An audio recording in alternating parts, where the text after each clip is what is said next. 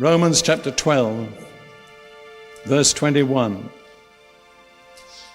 says, "Do not be overcome by evil, but overcome evil by good." So we have two options, and only two. We can overcome, or we can be overcome, but there's nothing in between. And when we're confronted by evil, there's only one thing that's strong enough to overcome evil, and that is good. We cannot take a negative attitude. We cannot simply say, "It's not my problem." We have to actively practice that which is good. Do not become overcome by evil, but overcome evil by good.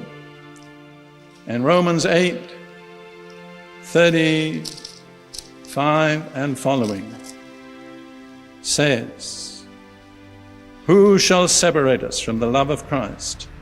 Shall tribulation or distress or persecution or famine or nakedness or peril or sword?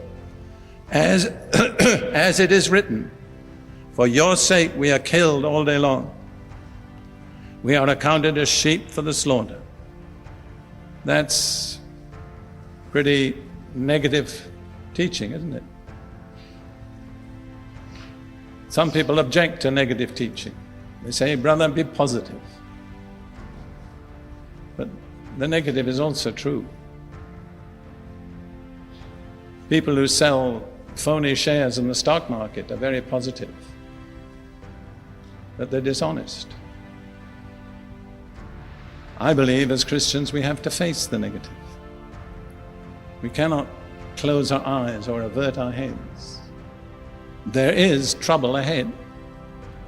I believe there's much more trouble ahead than most of us can even comprehend at the moment. But that doesn't mean we have to be pessimistic.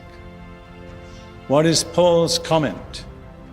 "Yet in all these things we are more than conquerors through him who loved us." What is all these things? There's a list. Tribulation, distress, persecution, famine, nakedness, peril, or sword. And then Paul says, in all these things, we are more than conquerors. I once asked the Lord what it meant to be more than conqueror. And I felt the answer he gave me was this: to be more than a conqueror means that you go into a trouble, overcome it, and come out of the trouble with more than you went in with. You've taken spoil. 1 John chapter 4. Only two more scriptures. 1 John chapter 4 and verse 4. "You are of God, little children, and have overcome them, all the forces of evil, because he who is in you is greater than he who is in the world." Actually, it's incredibly stupid of the devil ever to think that he could take God on. I mean, we can't absorb the stupidity. The God who created the whole universe and keeps it in perfect order, and some created being challenges this God. There was an American philosopher who said about the devil, he's a consummate ass.